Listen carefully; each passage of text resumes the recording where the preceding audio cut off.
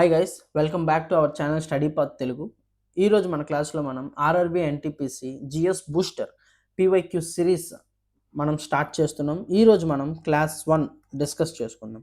అయితే ఈ GS booster PYQ సిరీస్లో ఏమేమి వస్తుంది అంటే 25 క్లాసెస్ వస్తాయండి. టోటల్ 25 క్లాసెస్లో ఈచ్ క్లాస్ కంటైన్స్ 20 క్వశ్చన్స్. ఓకేనా, టోటల్ 500 క్వశ్చన్స్. ఈ 500 క్వశ్చన్స్లో మనకి అవసరమైన కంప్లీట్ జిఎస్ సిలబస్ కవర్ చేయడానికి నేను ట్రై చేస్తాను. ఓకేనా, సో ఇంకా ఎవరైనా మన యూట్యూబ్ ఛానల్ని సబ్స్క్రైబ్ చేయకపోతే ప్లీజ్ సబ్స్క్రైబ్ చేసుకోండి. అండ్ మన టెలిగ్రామ్ ఛానల్ లింక్ అనేది ఈ వీడియో డిస్క్రిప్షన్లో ఇవ్వడం జరిగింది. సో ఎవరైతే ఇంకా మన టెలిగ్రామ్ ఛానల్లో జాయిన్ అవ్వలేదో వెళ్ళి టెలిగ్రామ్ ఛానల్లో కూడా జాయిన్ అవ్వండి. ఎందుకంటే ఈ వీడియోస్కి సంబంధించిన కంప్లీట్ డిజిటల్ నోట్స్ అనేది మన ఛానల్లో ప్రొవైడ్ చేయడం జరుగుతుంది. సో మీరు టెలిగ్రామ్ ఛానల్లో మీరు అవి డిజిటల్ నోట్స్ అనేవి యాక్సెస్ చేయొచ్చు. సో లేట్ చేయకుండా మనం టాపిక్లోకి వెళ్ళిపోదాం. ఓకేనా, our first question is which sultan introduced the iqta system in a structured form.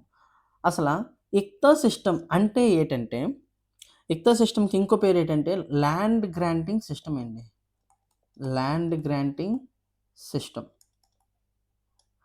ఈ సుల్తాన్లకి అడ్మినిస్ట్రేటర్స్, మిలిటరీ పీపుల్ ఉంటారు కదా, వాళ్ళకి సర్టెన్ ల్యాండ్ అనేది ఇస్తారనమాట. వాళ్ళు అసైన్ చేస్తారు. సర్టెన్ ల్యాండ్ అనేది అసైన్ చేసి ఈ ల్యాండ్ని ఎవరైతే ఫార్మర్స్ యూస్ చేస్తారో వాళ్ళ దగ్గర నుండి మనీ, వాళ్ళ దగ్గర నుండి రెవెన్యూ అనేది తీసుకోవాలి. ఇది ఈ ఇక్తా సిస్టమ్ యొక్క ఇదనమాట. ఓకేనా, అయితే ఈ ల్యాండ్ అనేది ఎవరికైతే అసైన్ చేస్తారో వాళ్ళ యొక్క అడ్మినిస్ట్రేటర్స్కి, వాళ్ళ యొక్క మిలిటరీ పీపుల్కి అసైన్ చేస్తారు కదా, వాళ్ళ దగ్గర వర్క్ చేస్తున్న వాళ్ళని ఏమని పిలుస్తామంటే ఇక్తాదర్స్ అని పిలుస్తామండి. ఓకేనా, ఇక్తాదర్స్ ఇంకో పేరు ఏంటంటే ముక్తిస్.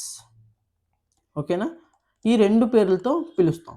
ఈ ఇక్తాదర్స్ ఏం చేస్తారంటే ఈ యొక్క ల్యాండ్ని ఎవరైతే కల్టివేట్ చేస్తారో వాళ్ళ దగ్గర మనీ తీసుకొని వీళ్ళకంటూ సెట్ అయిన శాలరీ ఉంటుంది కదా, ఆ శాలరీని వాళ్ళు తీసుకుంటారండి. ఓకేనా, వీళ్ళు ఫర్ ఎగ్జాంపుల్ వీళ్ళ శాలరీ 500 రూపీస్ అనుకోండి. ఓకేనా, వీళ్ళకి ఒక 2000 రూపీస్ ఇచ్చారు అంటే ఓకేనా, వీళ్ళ శాలరీని డిటెక్ట్ చేసుకుంటారు. డిటెక్ట్ చేసుకుని ఇంకెంత ఉంటుంది, 1500 రూపీస్ ఉంటుంది. అండ్ వీళ్ళ దగ్గరే హార్సెస్ ఉంటాయి, ఈ రాజుల యొక్క గుర్రాలు ఉంటాయి. ఆ గుర్రాల మెయింటెనెన్స్కి ఒకవేళ ఒక 200 రూపీస్ అయ్యింది అనుకోండి, ఆ అమౌంట్ కూడా కట్ చేసి ఓకేనా మిగిలిన 1300 రూపీస్ని వాళ్ళకి రిటర్న్ చేసేస్తారనమాట. అయితే ఆ రిటర్న్ చేసిన అమౌంట్ని, రిమైనింగ్ అమౌంట్ని ఏమంటామంటే ఫవాజిల్ అని అంటాం అనమాట. ఓకేనా, వాళ్ళ శాలరీని డిటెక్ట్ చేసుకొని అండ్ వాళ్ళ యొక్క హార్సెస్ మెయింటెనెన్స్ని అమౌంట్ని డిటెక్ట్ చేసుకున్న తర్వాత రిమైనింగ్ అమౌంట్ని వాళ్ళకి రిటర్న్ చేస్తాం కదా, ఆ అమౌంట్ని ఏమంటామంటే ఫవాజిల్ అని అంటామండి. ఓకేనా, అండ్ అయితే ఈ ఇక్తాదర్స్ ఉంటారు కదా, ఈ పొజిషన్ ఇక్తాదర్ అనే పొజిషన్ అనేది నాన్ హెరిడిటరీ పొజిషన్ అండి. ఓకేనా, నాన్ హెరిడిటరీ పొజిషన్ అంటే ఏంటంటే ఇప్పుడు వీళ్ళకి అసలు ఇక్తాదర్ అని పేరు ఎందుకు వచ్చింది, వీళ్ళకంటూ సర్టెన్ ల్యాండ్ అనేది అసైన్ చేశారు. దాని నుండి వీళ్ళు డబ్బులు తీసుకోవాలి అండ్ వాళ్ళ శాలరీ డిడక్ట్ చేసుకోవాలి. ఈ ప్రాసెస్ అంతా ఉంది కదా, ఈ ప్రాసెస్ అంతా వీళ్ళ వరకే ఉంటుంది అనమాట. అర్థమైందా, వీళ్ళ కొడుకులకి అది వర్తించదు, వాళ్ళకి ఆ పొజిషన్ ఇవ్వడు అనమాట. మళ్ళీ వేరేగా వాళ్ళు ఆ పొజిషన్ని వాళ్ళు గెయిన్ చేసుకోవాలి. వన్స్ ఈ ఇక్తాదర్ చచ్చిపోయాడు అంటే చనిపోయిన తర్వాత వాళ్ళ పిల్లలకి ఆ పొజిషన్ అనేది ఇవ్వరనమాట. ఓకేనా, అయితే ఈ ఇక్తా సిస్టమ్ని ఎవరు ఇంట్రడ్యూస్ చేశారంటే ఇల్టుట్మిష్ అనే వ్యక్తి దీన్ని ఇంట్రడ్యూస్ చేశారు. అయితే ఇల్టుట్మిష్ ఎవరికి సంబంధించిన వారంటే స్లేవ్ డైనస్టీకి సంబంధించిన వ్యక్తి అండి. ఓకేనా, స్లేవ్ డైనస్టీకి సంబంధించిన వ్యక్తి ఈ ఇల్టుట్మిష్. ఓకేనా, అయితే ఎప్పటి నుండి ఎప్పటి వరకు పరిపాలించారంటే 1211 నుండి 1236 వరకు ఈ ఇల్టుట్మిష్ పరిపాలించాడు.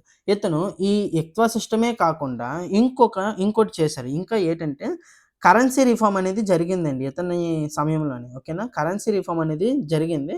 అయితే ఇతను ఏటేటి ఇంట్రడ్యూస్ చేశారంటే సిల్వర్ టంకా అనేది ఒకటి, నెక్స్ట్ కాపర్ జేతల్, ఈ రెండింటిని అతను ఇంట్రడ్యూస్ చేశారండి. ఓకేనా, ఈ రెండింటిని ఇంట్రడ్యూస్ చేశారు. అయితే ఇల్టుట్మిష్ పరిపాలనలోని ఒక మేజర్ సంఘటన జరిగింది. ఏంటంటే అది చూడండి చెప్తాను. కరెక్ట్‌గా గమనించండి. కరెక్ట్‌గా వినండి. వీలైతే నోట్స్ మీరు రాసుకోండి. నోట్స్ రాసుకుంటే బెటర్ అనమాట. ఓకేనా? అల్ ముస్తాన్జిర్ అనే వ్యక్తి ఒక అతను ఉంటారండి. ఇతను ఎవరు అంటే అల్ ముస్తాన్జిర్ అనే అతను ఎవరంటే ఖలీఫ్ ఆఫ్ బాగ్దాద్ అనమాట. ఓకేనా? ఖలీఫ్ ఆఫ్ బాగ్దాద్. అసలు ఖలీఫ్ అంటే ఏంటంటే ముస్లిం లీడర్ అని అర్థమండి. ఓకేనా? ముస్లిం లీడర్. అయితే ఇల్టుట్మిష్ పరిపాలనలోని ఈ ఖలీఫ్ ఆఫ్ బాగ్దాద్ అనే వ్యక్తి ఎవరైతే ముస్లిం లీడర్ ఉన్నారో ఇతను రికగ్నైజ్ చేశారనమాట. ఏమని రికగ్నైజ్ చేశారు? ఇండియాలోని ఒక ప్లేస్‌లోని ఇలాగా సుల్తాన్‌లు ఉన్నారు. వాళ్ళు మన ఇస్లామిక్ వాళ్ళకి సంబంధించిన వాళ్ళు. వాళ్ళు ఇండియాలోని ఒక భాగాన్ని పరిపాలిస్తున్నారు అని చెప్పేసి రికగ్నైజేషన్ జరిగిందండి. ఓకేనా? ఇతన్ని ఏమంటామంటే అసలుగా అబ్బాసిద్. ఓకేనా? అబ్బాసిద్ ఖలీఫ్ ఆఫ్ బాగ్దాద్ అని అంటామనమాట. ఎవరిని? అల్ ముస్తాన్జిర్. ఇతను రికగ్నైజ్ చేశారు. ఇల్టుట్మిష్ పరిపాలన బాగా జరుగుతుందని చెప్పేసి రికగ్నైజేషన్ ఎప్పుడు జరిగిందంటే 1229లోని రికగ్నైజ్ చేసి మన్సర్ అనేది సెండ్ చేస్తారనమాట ఇల్టుట్మిష్‌కి. అసలు ఈ మన్సర్ అంటే ఏంటంటే ఒక లెటర్ అనమాట.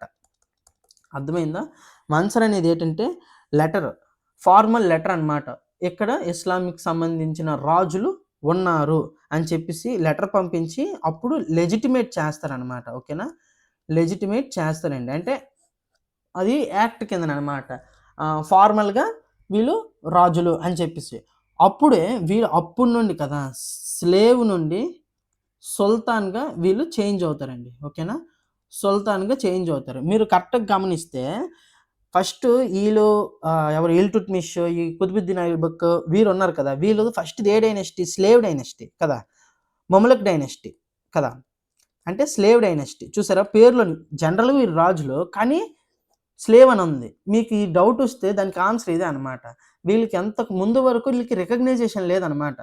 ఎప్పుడైతే ఇల్టుట్మిష్ బాగా పరిపాలన జరిగిందో అప్పుడు ఈ అల్ ముస్తాన్జిర్ ఎవరైతే ముస్లిం లీడర్ ఉన్నాడో వాడు వీళ్ళకి రికగ్నైజ్ చేసి స్లేవ్ నుండి సుల్తాన్లుగా మార్చి వీళ్ళు స్లేవ్ డైనస్టీ. నెక్స్ట్ నుండి మరి ఆ పేర్లు ఉండవు. నెక్స్ట్ నుండి మీరు చూసుకుంటే Khilji dynasty, Tughlaq dynasty, Saeed dynasty, Lodhi dynasty ఇవి నార్మల్‌గా ఉంటాయి. వీళ్ళది అందుకే స్టార్టింగ్‌లోని స్లేవ్ డైనస్టీ అని ఉంటదనమాట. ఓకేనా? ఇది కథ అనమాట దీనికి. ఇక్కడ మిగతా వాళ్ళ గురించి చూసుకుంటే కుతుబుద్దీన్ ఐబక్ ఇతను ఫౌండర్ అండి. Founder of slave dynasty. Slave డైనస్టీకి ఫౌండర్ ఇతను. ఓకేనా? ఇతను ఎప్పటి నుండి ఎప్పటి వరకు పరిపాలించాడు అంటే 1206-1210 ఈ టర్మ్‌లోని కుతుబుద్దీన్ ఐబక్ పరిపాలించాడండి. ఓకేనా? బల్బన్ చూసుకుంటే స్లేవ్ డైనస్టీకి సంబంధించిన వాడే. ఇతను 1266-1287 ఈ టర్మ్‌లోని బల్బన్ పరిపాలించాడు. ఓకేనా? అల్లావుద్దీన్ ఖిల్జీ చూసుకుంటే ఖిల్జీ డైనస్టీకి సంబంధించిన వ్యక్తి. ఓకేనా? ఖిల్జీ డైనస్టీకి సంబంధించిన వ్యక్తి అల్లావుద్దీన్ ఖిల్జీ. ఇతను 1216-1287 ఈ టర్మ్‌లోని అల్లావుద్దీన్ ఖిల్జీ పరిపాలించాడండి. ఓకేనా? నెక్స్ట్.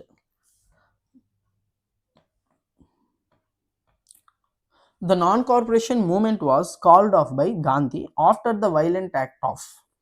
అయితే అసల నాన్ కార్పొరేషన్ మూవ్‌మెంట్ అసల దాని గురించి మనం చూసుకుందాం.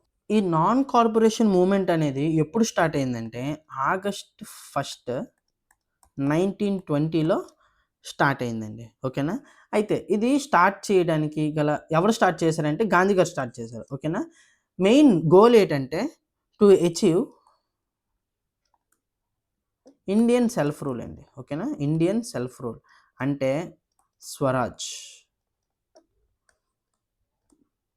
ఇది అచీవ్ చేయడం దీని మెయిన్ గోల్. ఓకేనా? అయితే నాన్ వైలెంట్‌గా మనం అచీవ్ చేయాలనుకున్నారు గాంధీ గారు. ఏంటంటే శాంతి భద్రతలతోని మనము ఈ యొక్క స్వరాజ్‌ని మనం సాధించాలి అనుకున్నారు గాంధీ గారు. కానీ అయితే ఇది అసలు దేనికి స్టార్ట్ అయింది? ఎందువలన స్టార్ట్ అయింది అంటే మెయిన్‌గా ఒక 2 ఇన్సిడెంట్లు జరిగాయండి. ఏంటంటే జలియన్‌వాలా బాగ్ అనే ఇన్సిడెంట్ అండి. జలియన్‌వాలా బాగ్ మసాకర్ అంటారు. ఓకేనా? ఈ ఇన్సిడెంట్ 1919లో జరిగింది. 13 ఏప్రిల్ 1919లో జరిగింది. ఈ ఇన్సిడెంట్‌లోని ఏంటంటే దారుణంగా చంపేస్తారనమాట మనోళ్ళని. ఓకేనా? ఈ ఇన్సిడెంట్ వల్ల అండ్ అదే విధంగా రౌలట్ యాక్ట్ ఇదెప్పుడంటే 21 మార్చ్ 1919. ఈ 2 ఇన్సిడెంట్లు మెయిన్ రీజన్ అనమాట. ఓకేనా? ఈ నాన్ కోఆపరేషన్ మూవ్‌మెంట్‌కి స్టార్ట్ అవ్వడానికి. ఇది రౌలట్ యాక్ట్ ఏంటంటే అరెస్ట్ చేయిస్తారు మనోళ్ళని. మనోళ్ళని అసలు ఏ రీజన్ లేకుండా మనల్ని అన్యాయంగా అరెస్ట్ చేయిస్తారు. ఇంకోటి కూడా ఉంది. ఇంకోటేంటంటే ఖైలఫత్ యాక్ట్ అండి. ఇది కూడాను మెయిన్ రీజన్ అనమాట. అసలు స్టార్ట్ అవ్వడానికి మెయిన్ రీజన్ కూడాను ఇది. ఇది ఏంటంటే ఇదే విధంగా మనకి ఇదయిందంటే ఈ ఖైలఫత్ యాక్ట్ అనేది ఆలీ బ్రదర్స్ లాంచ్ చేశారండి. ఓకేనా? ఆలీ బ్రదర్స్ లాంచ్ చేశారు. ఆలీ బ్రదర్స్ పేర్లో ఫస్ట్ షౌకత్ ఆలీ. ఓకేనా? షౌకత్ ఆలీ. రెండో వాడి పేరు మొహమ్మద్ ఆలీ. వీళ్ళిద్దరూ కలిపేసి ఈ ఖైలఫత్ యాక్ట్ అనేది స్టార్ట్ చేశారండి. ఓకేనా? యాక్ట్ అనేది స్టార్ట్ చేసి ఈ నాన్ కార్పొరేషన్ మూవ్‌మెంట్‌లోని ఈ ఖైలఫత్ మూవ్‌మెంట్‌ని జాయిన్ చేశారు. ఓకేనా? జాయిన్ చేసి హిందూ అండ్ ముస్లిం వీళ్ళిద్దరూ కలిసి బ్రిటిష్‌కి ఎగ్నెస్ట్‌గా ఆళ్ళు పోరాడారండి. ఓకేనా? ఖైలఫత్ మూవ్‌మెంట్‌లోని ముస్లిమ్స్ వాళ్ళున్నారు. నాన్ కోఆపరేషన్ మూవ్‌మెంట్‌లో హిందూ వాళ్ళున్నారనుకో. వీళ్ళిద్దరూ కలిపేసి హిందూ అండ్ ముస్లిమ్స్ ఇద్దరూ కలిపేసి బ్రిటిషోళ్ళకి ఎగ్నెస్ట్‌గా పోరాటం చేశారనమాట. ఓకేనా? అయితే ఈ నాన్ కోఆపరేషన్ మూవ్‌మెంట్ అనేది ఫిబ్రవరి 4, 1922లో స్టాప్ అయిపోయిందండి. అసలు స్టాప్ అవ్వడానికి గల కారణం ఏంటంటే చౌరీ చౌరా అనే ప్లేస్‌లో. ఓకేనా? చౌరీ చౌరా అనే ప్లేస్‌లో అది ఎక్కడుందంటే యూపీలో ఉంది. ఓకేనా? చౌరీ చౌరా అనే ప్లేస్‌లోని ఫస్ట్ పోలీసులు మనోళ్ళ మీద ఒక చిన్న ఫైర్ చేస్తారు. ఫైర్ చేసేసరికి ఈ మూవ్‌మెంట్‌లోనున్న ప్రజల్లోని ఒక ప్రొటెస్టర్ ఎళ్లి పోలీస్ స్టేషన్‌ని కాల్చేస్తాడనమాట. అర్థమైందా? పోలీస్ స్టేషన్ మొత్తానికి నిప్పంటించేస్తాడు. ఆ నిప్పంటించిన సమయంలోని కదా 22 పోలీసులు చనిపోతారనమాట. 22 పోలీసులు చనిపోతారు. చనిపోవడం వల్ల యాక్చువల్‌గా గాంధీ గారు స్టార్ట్ చేసింది ఎలాగనుకొని స్టార్ట్ చేశారు? ఇది అహింసగా మనం వెళ్ళాలి అనుకోని. ఏ హింసలు లేకుండా నాన్ వయలెంట్‌గా మనం వెళ్ళాలి అనుకోని గాంధీ గారు స్టార్ట్ చేస్తే మనోళ్ళు ఇక్కడ 22 మందిని చంపేశారు. సో, గాంధీ గారు ఏటనుకున్నారంటే వీళ్ళు ఇంకా నాన్ వయలెంట్‌గా ఒక మాస్ ప్రొటెస్ట్ చేయడానికి ఈళ్ళు రెడీగా లేరు. మనం ఇంకా వీళ్ళని ప్రిపేర్ చేయాలి అని చెప్పేసి అక్కడికక్కడ ఫిబ్రవరి 4, 1922న ఈ చౌరీ చౌరా యాక్ట్ వలన గాంధీ గారు ఈ నాన్ కోఆపరేషన్ మూవ్‌మెంట్ అనేది ఆపేశారండి. ఓకేనా? ఇది దాని వెనకనున్న కథ. ఓకేనా? అండ్ మనం చూసుకుంటే క్విట్ ఇండియా మూవ్‌మెంట్ తెలుసు మనకి 1942లో స్టార్ట్ అయింది. ఇది కూడా గాంధీ గారి వల్లనే స్టార్ట్ అయింది. ఓకేనా? Next.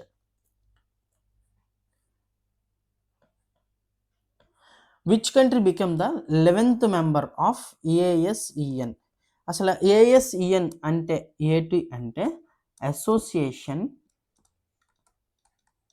Of South East Asian nations. ఓకేనా? ఇది దీని ఫుల్ ఫామ్ అండి. ఇది ఎప్పుడు స్థాపించారు అంటే ఫౌండెడ్ 1967. ఓకేనా? అండ్ హెడ్ క్వార్టర్స్ వచ్చేసరికి ఎక్కడ ఉందంటే జకర్తా అనే ప్లేస్‌లో హెడ్ క్వార్టర్స్ ఉంది, ఇండోనేషియా. ఓకేనా? అయితే ఇందులోని 11 మెంబర్స్ ఉన్నారు కదా! ఈ 11 మెంబర్స్‌ని ఎలాగా గుర్తుపెట్టుకోవాలి? ఇంతకీ ఆ కొత్త కంట్రీ ఎవరు అంటే కొత్త కంట్రీ వచ్చేసరికి ఈస్ట్ టెమర్ అండి. ఓకేనా? ఈ 11 మెంబర్స్‌ని ఎలా గుర్తుపెట్టుకోవాలి అనే దానికి మనకొక ట్రిక్ ఉంది. అదేదో నేనిప్పుడు చెప్తాను. ఓకేనా? ట్రిక్ వచ్చేసరికి ఎంబీబీఎస్ ఇన్ పీవీటీ సెల్ అండి. ఓకేనా? ఇవి మన 11 కంట్రీస్. ఇవి ఎప్పుడు ఎలాగా గుర్తుపెట్టుకోవాలో చెప్తాను చూడండి. M for Malaysia. B for Brunei. Another B for Burma. S for Singapore. IN for Indonesia.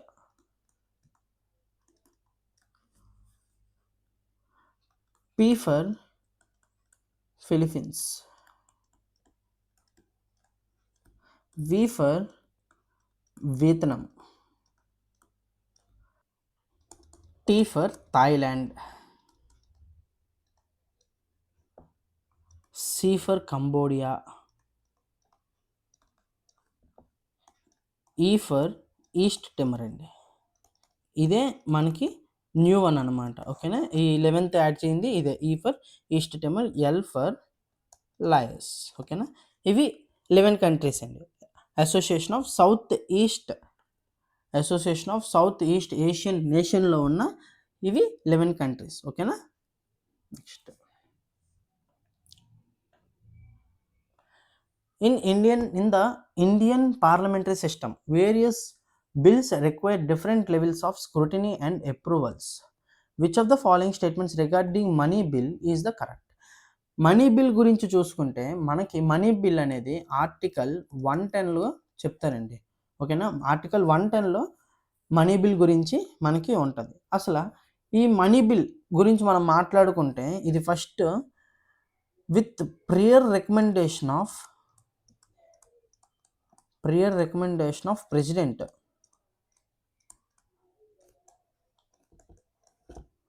Prior recommendation of president తోటి లోక్సభలో ఇంట్రడ్యూస్ చేస్తారండి. లోక్సభలో దీన్ని ఇంట్రడ్యూస్ చేస్తారు. ఎప్పుడు చేస్తారు? లోక్సభలో ఇంట్రడ్యూస్ చేయాలంటే ముందు వెళ్ళి ప్రెసిడెంట్ని కలాలి.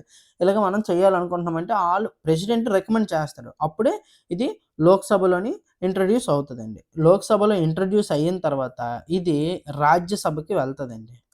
ఓకేనా, రాజ్యసభకి వెళ్ళిన తర్వాత రాజ్యసభకి మనీ బిల్లులో ఎలాంటి పవర్స్ లేదనమాట. వాళ్ళు రిజెక్ట్ చేయలేరు, అలాగని కరెక్షన్స్ అమెండ్ కూడా చేయలేరు అనమాట. ఓకేనా, అమెండ్ చేయలేరు, రిజెక్ట్ చేయలేరు. వాళ్ళు జస్ట్ ఏంటంటే వాళ్ళు మహా అయితే రికమెండ్ చేయగలరు, ఇది ఇలా ఉంది, దాన్ని ఇలా చేస్తే మంచిది అని చెప్పేసి రికమెండ్ చేయగలరు. ఈ పవర్స్ లేవు, రికమెండ్ చేయగలరు అనమాట. ఓకేనా, అది కూడా వితిన్ 14 డేస్లో చేయాలన్నమాట. వితిన్ 14 డేస్లో చేయాలి. ఓకేనా, రాజ్యసభలో వితిన్ 14 డేస్లో వాళ్ళు రికమెండ్ చేయగలరు ఇలా చేస్తే మంచిదని. చేసిన తర్వాత ఇది మళ్ళీ లోక్సభకి వెళ్తుందండి. లోక్సభకు వెళ్ళిన తర్వాత ఇక్కడ స్పీకర్ చూసి, లోక్సభలో స్పీకర్ ఉంటారు కదా, స్పీకర్ చూసి ఓకే ఇది మనీ బిల్లే అని చెప్పేసి ఫైనల్ చేసి ప్రెసిడెంట్కి పంపిస్తారు అనమాట. ఇక్కడ ప్రెసిడెంట్ అప్రూవల్ ఇచ్చి మనీ బిల్ని పాస్ చేస్తారు. ఓకేనా, మనీ బిల్ని పాస్ చేస్తారు. ఇదన్నమాట, ఇది జరుగుతుంది. ఇప్పుడు స్టేట్మెంట్లు చూసుకుందాం. ఏ money bill can be introduced only in the Lok Sabha. Statement 1 correct అండి, అది ఓన్లీ లోక్సభలోనే ఇంట్రడ్యూస్ అవుతుంది. సెకండ్ స్టేట్మెంట్ చూసుకుంటే the Rajya Sabha cannot reject A money bill but can recommend amendments. అంతే కదండి, వాళ్ళు రిజెక్ట్ చేయలేరు మనీ బిల్ని, కానీ రికమెండ్ చేయగలరు. సో సెకండ్ స్టేట్మెంట్ కూడా రైటే. అండ్ ఫైనల్ స్టేట్మెంట్ చూస్తారు, the speaker of the Lok Sabha as the final authority to decide whether A bill is a money bill. అంతే కదండి, లాస్ట్కి స్పీకర్కి వస్తుంది, స్పీకర్ ఏమో డిసైడ్ చేస్తారు ఇది మనీ బిల్ అని చెప్పేసి మనం మాట్లాడుకున్నాం. సో థర్డ్ స్టేట్మెంట్ కూడా రైట్. సో 1, 2, 3 స్టేట్మెంట్స్ కరెక్ట్ అండి. ఓకేనా, next fifth one, India often experiences demand pull as well as cost push inflation. Which of the following scenarios best represents of cost push inflation? ఓకేనా, మన India అనేది demand pull experience చేస్తుంది, cost push inflation అనేది experience చేస్తుంది. అయితే cost push ఇన్ఫ్లేషన్కి ఒక scenario, ఈ 4 ఏ scenario suitable అవుతుందో అనేది చెప్పమన్నాడు. ఓకేనా, ఓకే, మనం ఇప్పుడు మాట్లాడుకుందాం. ఏంటంటే అసలు మన ఇండియాలోని 3 టైప్స్ ఆఫ్ ఇన్ఫ్లేషన్స్ ఉంటాయండి. ఓకేనా, 3 టైప్స్ ఆఫ్ ఇన్ఫ్లేషన్స్ ఉంటాయి. ఏంటంటే 1 డిమాండ్ పుల్ ఇన్ఫ్లేషన్. ఓకేనా, డిమాండ్ పుల్ ఇన్ఫ్లేషన్. రెండోది కాస్ట్ పుష్ ఇన్ఫ్లేషన్. ఓకేనా, కాస్ట్ పుష్ ఇన్ఫ్లేషన్. మూడోది బిల్ట్ ఇన్ ఇన్ఫ్లేషన్. ఓకేనా, అయితే ఈ 3 ఇన్ఫ్లేషన్ల గురించి మనం మాట్లాడుకుందాం. ఫస్ట్ది డిమాండ్ పుల్ ఇన్ఫ్లేషన్ అండి. అసలు డిమాండ్ పుల్ ఇన్ఫ్లేషన్ అంటే ఏంటంటే ఒక సినారియో చెప్తాను చూడండి. ఒక షాప్ ఉంది, కస్టమర్లు ఉన్నారు. ఓకేనా, నలుగురు కస్టమర్లు ఉన్నారండి. ఓకేనా. 1, 2, 3, 4 కస్టమర్లు ఉన్నారు. మనోడి దగ్గర 2 ఎగ్సే ఉన్నాయి. 2 గుడ్లున్నాయి. నలుగురు కస్టమర్లు ఉన్నారు. ఈడు ఒక్కొక్కడికి ఒక్కొక్క గుడ్డు కావాలనమాట. ఓకేనా. ఒక్కొక్కళ్ళకి ఒక్కొక్క గుడ్డే కావాలి. కానీ ఇక్కడ ఉన్నవి 2 గుడ్లే. అయితే ఇప్పుడు చూద్దాం. కస్టమర్‌కి ఎన్ని గుడ్లు కావాలి మొత్తం? 4 గుడ్లు కావాలి. కానీ ఇక్కడ ఉన్నవి ఎన్ని గుడ్లు? 2 గుడ్లే. అయితే ఇప్పుడు ఈ షాప్ కీపర్ ఏటి చేస్తాడో తెలుసా? గుడ్డు జనరల్‌గా రూ. 5 అనుకోండి. దాన్ని రూ. 10 చేస్తాడు. రూ. 10 చేస్తే ఓకే. ఫస్టోడు కొంటానంటాడు, సెకండోడు కొంటానంటాడు, థర్డోడు కొంటానంటాడు, ఫోర్తోడు కొంటానంటాడు. సరే ఇప్పుడు అయినా ఆడేటి చేయలేడు కాబట్టి రూ. 15 చేస్తాడు. ఇప్పుడేటి చేస్తాడో తెలుసా? ఫస్టోడు కొంటానంటాడు, సెకండోడు కొంటానంటాడు, థర్డోడు కొంటానంటాడు, ఫోర్తోడు నాకొద్దు, నా దగ్గర అంత డబ్బులు లేవంటాడు. ఓకే. ఇప్పుడు ఈ 2 గుడ్లని ముగ్గురికి పంచలేం కదా! అప్పుడేటి చేస్తాడో తెలుసా ఈడు? రూ. 20 చేస్తాడండి. రూ. 20 చేస్తే ఈ థర్డోడు ఆగిపోతాడు.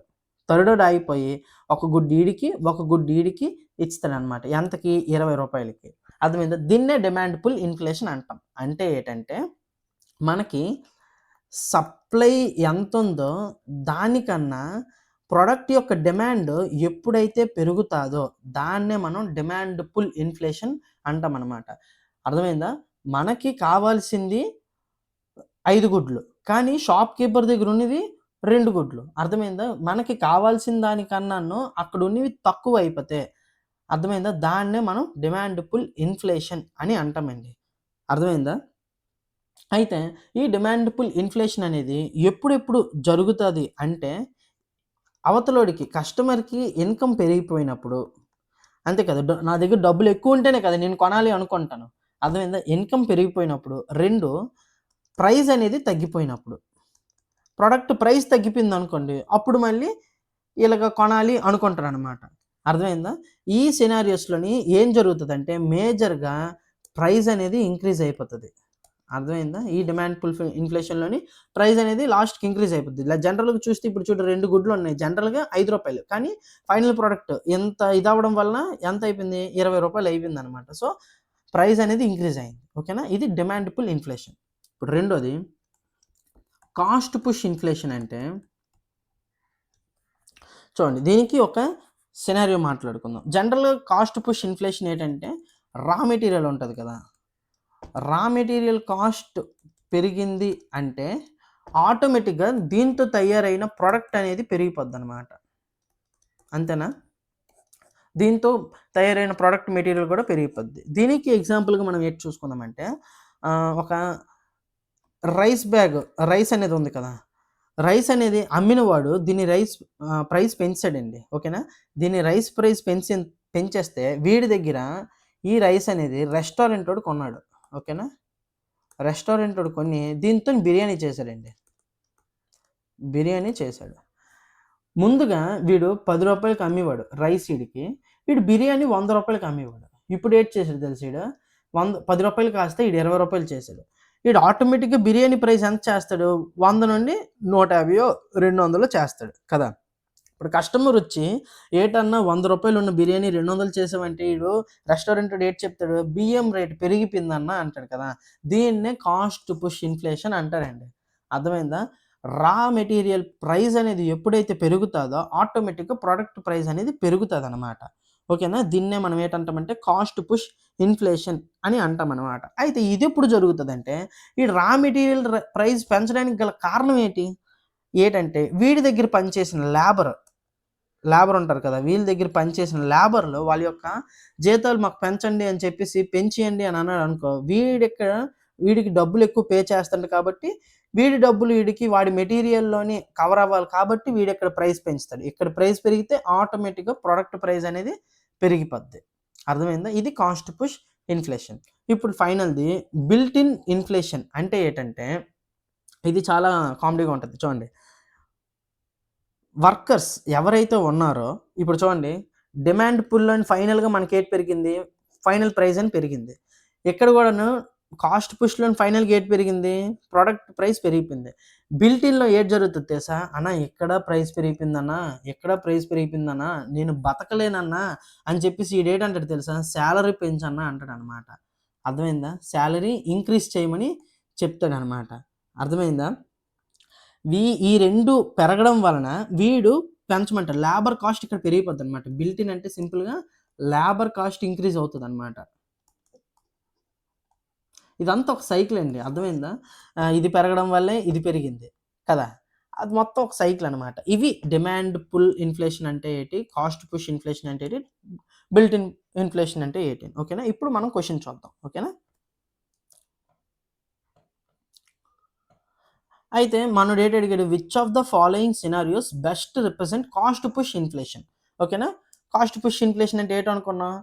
బిర్యానీ ప్రైస్ ఎందుకు పెరిగిందని అంటే రైస్ ప్రైస్ పెరిగిపోయింది. అందుకే బిర్యానీ ప్రైస్ పెంచామని అన్నాం కదా! అయితే ఇక్కడ చూద్దాం సినారియోస్.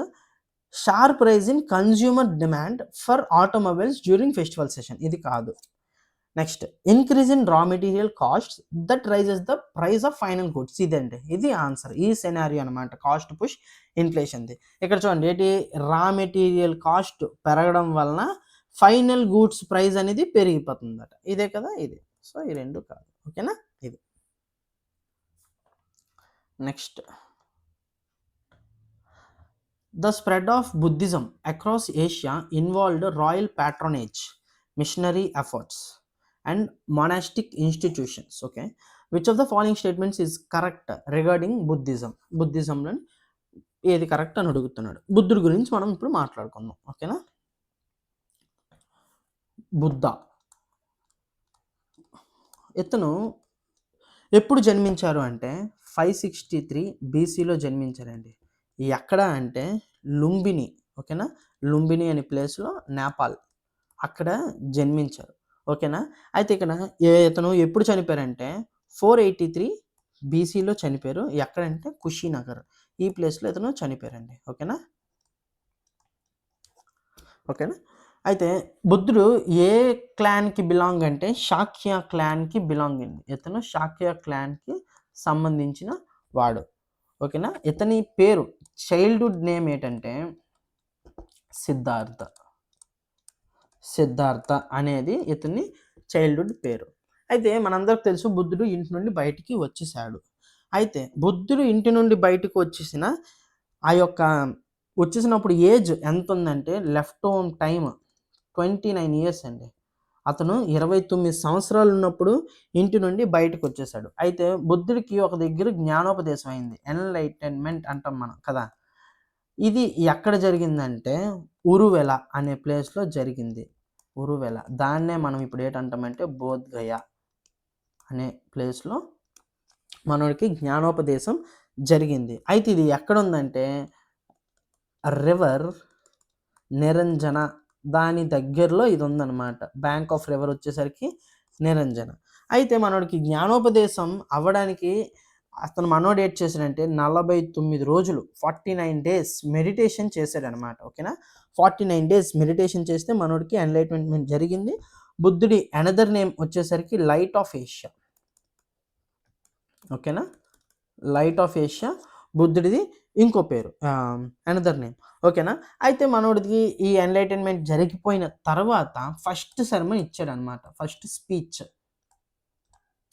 ఎక్కడ ఇచ్చాడు అంటే సారనాథ్, వారణాసి.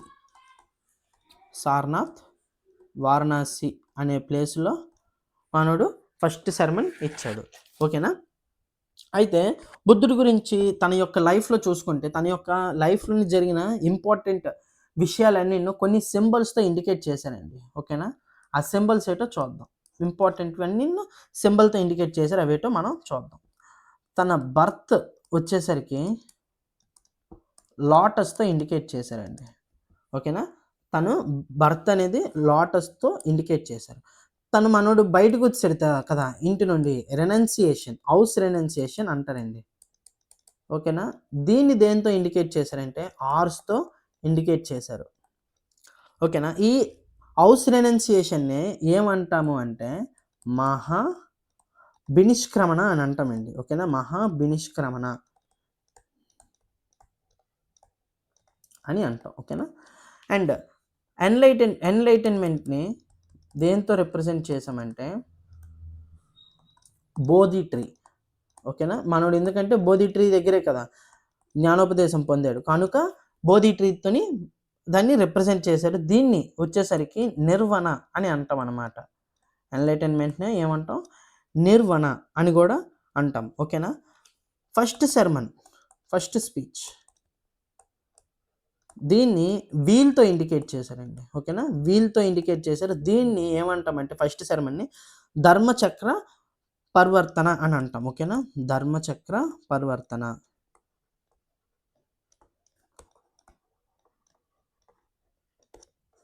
ధర్మచక్ర. నెక్స్ట్ డెత్ చూసుకుంటే దీన్ని స్తూపాతో రిప్రజెంట్ చేస్తారండి. అండ్ దీన్నే మహా పరినిర్వణ అని కూడా అంటారు. ఓకేనా.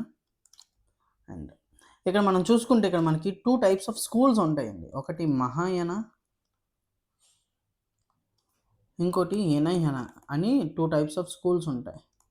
మహాయానాని మనం ఏమని పిలుస్తామంటే గ్రేట్ వెహికల్ అని కూడా పిలుస్తాం, గ్రేట్ వెహికల్. హినయానాని తెరవడ అని కూడా మనం చెప్పుకుంటామండి. ఓకేనా. నెక్స్ట్ ఈ మహాయాన అనేది ఐడల్స్ని బిలీవ్ చేస్తుంది, అంటే బుద్ధుడి విగ్రహాన్ని ఆరాధిస్తారనమాట. అయితే వీళ్ళు ఐడల్స్ని బిలీవ్ చేయరనమాట. ఓకేనా, బుద్ధుడి విగ్రహాన్ని వీళ్ళు బిలీవ్ చేస్తారు, వీళ్ళు ఐడల్స్ని నమ్మరు అనమాట.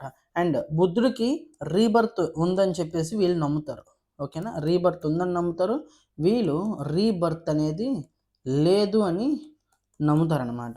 వీళ్ళు టెక్స్ట్ అనేది సాంస్క్రిట్ యూస్ చేస్తారు. వీళ్ళు టెక్స్ట్ వచ్చేసరికి పాలీ టెక్స్ట్ యూస్ చేస్తారు. ఓకేనా, ఇది ఈ 2 యొక్క స్కూల్స్ గురించి. అండ్ నెక్స్ట్ మనం చూసుకుంటే ఇక్కడ మనకి కౌన్సిల్స్ ఉంటాయండి. ఓకేనా, అంటే బుద్ధుడి గురించి చాటడం, వాళ్ళ గురించి బుద్ధుడి గురించి తెలియజేయడం అనేవి మనకి ఇక్కడ చూసుకుంటే కౌన్సిల్స్ అనేవి జరుగుతాయి. ఓకేనా, కౌన్సిల్ 4 అయ్యాయి అన్నమాట. ఫస్ట్ కౌన్సిల్ వచ్చేసరికి ఎక్కడ జరిగింది అంటే రాజ్గృహలో జరుగుతుందండి. రాజ్గృహ లొకేషన్ వచ్చేసరికి రాజ్గృహ. ఎప్పుడు జరుగుతుంది అంటే 483 బీసీలో జరుగుతుంది. ఓకేనా, 483 బీసీలో జరుగుతుంది. దీన్ని ప్యాట్రనైజ్ చేసింది అజాతశత్రు. ఓకేనా, అజాతశత్రు. అయితే ఈ అజాతశత్రు అనేవాడు హర్యాంక్ డైనస్టీకి సంబంధించిన మనిషి అన్నమాట, రాజు. ఓకేనా, అయితే ఈ ఫస్ట్ కౌన్సిల్ని ఫస్ట్ కౌన్సిల్ యొక్క లీడర్ అంటే ప్రెసిడెన్సీ చేసింది ఎవరు అంటే మహాకశ్యప.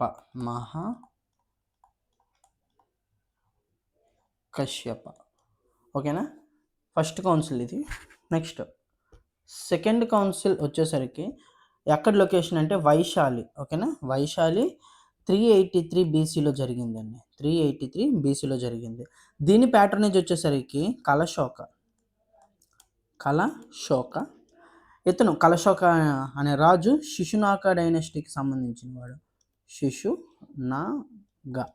ఓకేనా, నెక్స్ట్ దీని ప్రెసిడెన్సీ చేసిన వారు సబకమి. ఓకేనా, నెక్స్ట్ థర్డ్ కౌన్సిల్ ఎక్కడ జరిగింది అంటే పాట్లిపుత్ర. ఎప్పుడు జరిగింది అంటే 250 బీసీ అండి. 250 బీసీ. అశోక ప్యాట్రనేజ్ వచ్చేసరికి అశోక. మౌర్యన్ డైనస్టీ.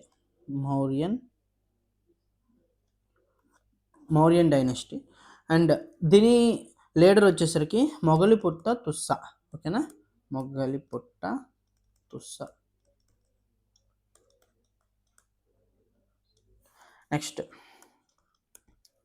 ఫోర్త్ దీనికి అది లొకేషన్ ఎక్కడంటే కాశ్మీర్ అండి. ఓకేనా, కాశ్మీర్ 72 ADలో ఇది జరుగుతుంది. దీని ప్యాటర్నేజ్ వచ్చేసరికి కనిష్క, కుషాన్ డైనస్టీ. ప్రెసిడెన్సీ వచ్చేసరికి వాసుమిత్ర. ఓకేనా, ఇవి వీటి యొక్క కౌన్సిల్స్ అనమాట. 4 కౌన్సిల్స్ జరుగుతాయి. ఇప్పుడు మనం క్వశ్చన్ చూద్దాం. స్టేట్మెంట్స్ చూసుకుంటే Buddha delivered is first sermon at Sarnath which is also known as Dharmachakra Pravartana. ఇదే కదండి మనం అనుకున్నాం. అయితే ఫస్ట్ స్టేట్మెంట్ రైట్. ఓకేనా. Next, Hinayana school considered Buddha as divine figure. ఇది తప్పండి కదా. ఏంటి మనం అనుకున్నాం, హినహెనా స్కూల్ అనేది అసలు ఐడల్స్ని ఫాలో అవ్వదు, రీబర్త్ అనేది ఉండదు అని అనుకుంటుంది. ఇక్కడ హినహెనా ప్లేస్లో మహాయాన ఉంటే స్టేట్మెంట్ రైట్ అవుతుంది అనమాట. ఓకేనా. Next, the third Buddhist council was held under the patronage of Ashoka. ఇది స్టేట్మెంట్ రైట్ కదండి. మనం చూసుకుంటే థర్డ్ అనేది అశోక ప్యాటర్న్ వచ్చేసింది, అశోకుడే థర్డ్ ప్యాటర్నేజ్. ఓకేనా. నెక్స్ట్ అయితే థర్డ్ స్టేట్మెంట్ కూడా రైటే కాబట్టి మన ఆన్సర్ వచ్చేసరికి ఏంటండి 1 and 3. మన answer 1 and 3. Okay. Next,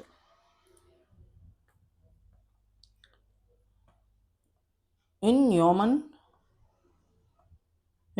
physiology, the endocrine gland performs a vital role in maintaining homeostasis. Which of the following gland is responsible for regulating basal metabolic rate through secretions of hormones? అసలు basal metabolic rate అంటే ఏంటంటే, ఇప్పుడు మనం కూర్చున్నా సరే మనం కొంత work అనేది జరుగుతుంది. అది ఏ విధంగా అంటే, బ్రీతింగ్ తీసుకుంటాం, హార్ట్ అనేది హార్ట్ బీట్ జరుగుతుంది. ఇంకా అలాగే మనం రెస్ట్ పొజిషన్లో ఉన్నాను, మన బాడీ అనేది సమ్ ఎనర్జీ అనేది కన్జ్యూమ్ చేస్తుంది కదా. అయితే ఈ ఎనర్జీ కన్జ్యూమ్ చేసేదాన్ని, ఆ యొక్క రేట్ని మనం ఏంటంటామంటే బసల్ మెటబోలిక్ రేట్ అని అంటామండి. ఓకేనా. అయితే ఈ బసల్ మెటబోలిక్ రేట్ని ఎవరు రెగ్యులేట్ చేస్తారంటే, థైరాయిడ్ గ్లాండ్ అనేది ఈ బసల్ మెటబోలిక్ రేట్ని రెగ్యులేట్ చేస్తుంది. ఓకేనా. అయితే మనం థైరాయిడ్ గ్లాండ్ గురించి మనం చూసుకున్నట్లయితే, థైరాయిడ్ గ్లాండ్లో 2 ఉంటాయండి. ఒకటి T4 అండ్ ఇంకోటి T3. ఓకేనా. T4ని ఏమంటామంటే థైరాక్సిన్ అంటాం. T3ని ఏమంటామంటే ట్రయోడో థైరాయినిన్ అంటాం అన్నమాట. అయితే ఈ T3 అండ్ T4 కానీ ఇంక్రీజ్ అయిందంటే దీన్ని ఏమని పిలుస్తామంటే మనం హైపర్ థైరాయిడిజం అని పిలుస్తామండి. హైపర్ థైరాయిడిజం అని పిలుస్తాం. ఇది ఇంక్రీజ్ అయితే ఏది జరుగుతుందంటే వెయిట్ లాస్ అవుతామండి. వెయిట్ అనేది లాస్ అయిపోతాం, లీన్ అయిపోతాం. నెక్స్ట్, హార్ట్ రేట్ అనేది స్పీడ్ అయిపోద్ది. ఓకేనా. ఫాస్ట్గా కొట్టుకుంటుంది అనమాట. హార్ట్ రేట్ అనేది స్పీడ్ అయిపోద్ది. నెక్స్ట్, హీట్ అనేది భరించలేనంత ఎక్కువ అయిపోద్ది బాడీలోని హీట్ పెరిగిపోద్ది. ఓకేనా. నెక్స్ట్, T3 అండ్ T4 అనేది డిక్రీజ్ అయిపోయింది అనుకోండి, దాన్ని మనం ఏంటంటామంటే హైపోథైరాయిడిజం అంటామండి. హైపోథైరాయిడిజం అంటాం. ఓకేనా. ఒకవేళ హైపోథైరాయిడిజం అనేది కానీ అటాక్ అయితే ఏటవుతుందంటే వెయిట్ గెయిన్ అయిపోతాం. దీనికి ఆపోజిట్, వెయిట్ గెయిన్ అయిపోతాం. నెక్స్ట్, బాగా నీరసించిపోతాం, ఫ్యాటిగ్యూ. ఓకేనా. నెక్స్ట్, కోల్డ్ పెరిగిపోద్ది ఒంట్లోని. ఇక్కడ హీట్ ఎలాగా ఇంక్రీజ్ అయిపోద్ది, ఇక్కడ కోల్డ్ అనేది అలాగా బాడీలోని మనకి ఇంక్రీజ్ అయిపోద్ది. ఓకేనా.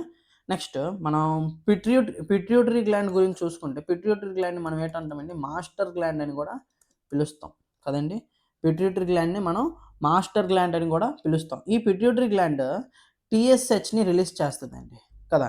TSH అంటే ఏంటంటే థైరాయిడ్ స్టిమ్యులేటింగ్ హార్మోన్. అండి. అయితే ఈ థైరాయిడ్ స్టిమ్యులేటింగ్ హార్మోన్ అనేది T3, T4 అనే ఈ హార్మోన్స్ని ఇది రెగ్యులేట్ చేస్తుంది. కానీ బసల్ మెటబోలిక్ రేట్ని మాత్రం అది రెగ్యులేట్ చేయదండి. అండ్ ఎడ్రినల్ గ్లాండ్ గురించి మనం మాట్లాడుకున్నట్లయితే, ఎడ్రినల్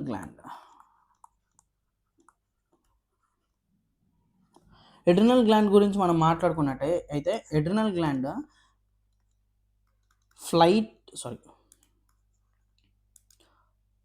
ఫైట్ ఆర్ ఫ్లైట్ అనే హార్మోన్ని రిలీజ్ చేస్తుందండి. అంటే ఫైట్ ఆర్ ఫ్లైట్ అంటే దానికి ఇంకో పేరు ఏంటంటే ఎడ్రినల్ అనే హార్మోన్ని రిలీజ్ చేస్తుంది. ఓకేనా. అయితే ఈ ఎడ్రినల్ అనే హార్మోన్కి ఇంకో పేరు ఏంటంటే ఎఫినెఫ్రైన్ అనేది ఎడ్రినలిన్కి పేరు. ఇంకో హార్మోన్ ఏది రిలీజ్ చేస్తుంది అంటే నోరాడ్రినలిన్. దీనికి ఇంకో పేరు వచ్చేసరికి ఏంటంటే నోర్ఫైనిఫ్రిన్. ఓకేనా. ఈ హార్మోన్స్ని ఎడ్రినల్ గ్లాండ్ అనేది రిలీజ్ చేస్తుంది. అయితే ఇది స్ట్రెస్ని, బీపీని బాడీలో రెగ్యులేట్ చేస్తుందన్నమాట. ఓకేనా. నెక్స్ట్ మనం చూసుకున్నట్లయితే ప్యాన్క్రియాస్ గురించి మనం మాట్లాడుకున్నట్లు అయితే ప్యాన్క్రియాస్ అనేది బోత్ డైజెస్టివ్ ఎంజిమ్ అండ్ హార్మోన్స్ని రిలీజ్ చేస్తుంది. ఓకేనా. ఇదేంటంటే ఎక్సోక్రిన్ ఫంక్షన్ నుండి అవుతుంది, ఇది ఎండోక్రిన్ ఫంక్షన్ నుండి అవుతుంది. ఓకేనా. ఎక్సోక్రిన్ ఫంక్షన్ నుండి ఒకటి అవుతుంది, ఎండోక్రిన్ ఫంక్షన్ నుండి ఇది అవుతుంది. ఈ ఎక్సోక్రిన్ నుండి సీక్రెట్ అయినవి ఏంటంటే అమైలేస్, లైపేస్, ట్రిప్సిన్. ఈ అమైలేస్ అనేది కార్బ్స్ని బ్రేక్ చేస్తుంది. ఈ లైపేస్ అనేది ఫ్యాట్స్ని బ్రేక్ చేస్తుంది. ఈ ట్రిప్సిన్ అనేది ప్రోటీన్ని బ్రేక్ చేస్తుందండి. ఓకేనా. ఇలాగా. నెక్స్ట్ ఈ ఎండోక్రిన్ గురించి వచ్చేసరికి ఎండోక్రిన్లోని 2 ఉంటాయి. ఒకటి ఇన్సులిన్, ఇంకోటి గ్లూకోజన్. ఈ ఇన్సులిన్ అనేది ఏంటంటే లోవర్ బ్లడ్ ప్రెషర్ అనమాట. ఓకేనా. అంటే బ్లడ్ ప్రెషర్ని లో చేస్తుంది. ఓకేనా. బ్లడ్ ప్రెషర్ని లో చేస్తుంది. ఇది బ్లడ్ ప్రెషర్ని రైజ్ చేస్తుంది. ఓకేనా. ఇదనమాట వీటి గురించి. ఓకే. నెక్స్ట్ క్వశ్చన్ చూసుకున్నట్లయితే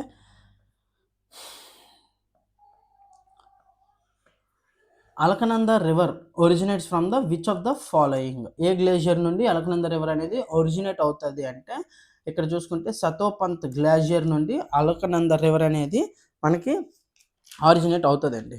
అయితే మనం అలకనంద రివర్ గురించి మాట్లాడుకుంటే ఈ అలకనంద రివర్ అనేది కొన్ని రివర్స్తో కలిసి మనకి 5 ప్రయాగ్స్ అనేవి ఫామ్ అవుతాయండి. మనం పంచప్రయాగ్ అంటాం అన్నమాట. వీటిని ఏంటంటామంటే పంచప్రయాగ్ అని అంటాం. అవేటో చూద్దాం. ఇది అలకనంద అనుకోండి. ఓకేనా. అలకనంద అనేది భగీరథి అనే రివర్తో కానీ మీట్ అయింది అనుకోండి, అప్పుడు మనకి ఏ ప్రయాగ్ వస్తుందంటే దేవ్ ప్రయాగ్ వస్తుందండి. దేవ్ ప్రయాగ్ వస్తుంది. అలకనంద అనేది ధౌలీగంగ అనే రివర్తో మీట్ అయితే అప్పుడు మనకి ఏంటి వస్తుందంటే విష్ణు ప్రయాగ్ వస్తుందండి. విష్ణు ప్రయాగ్ వస్తుంది. ఓకేనా. అలకనంద అనేది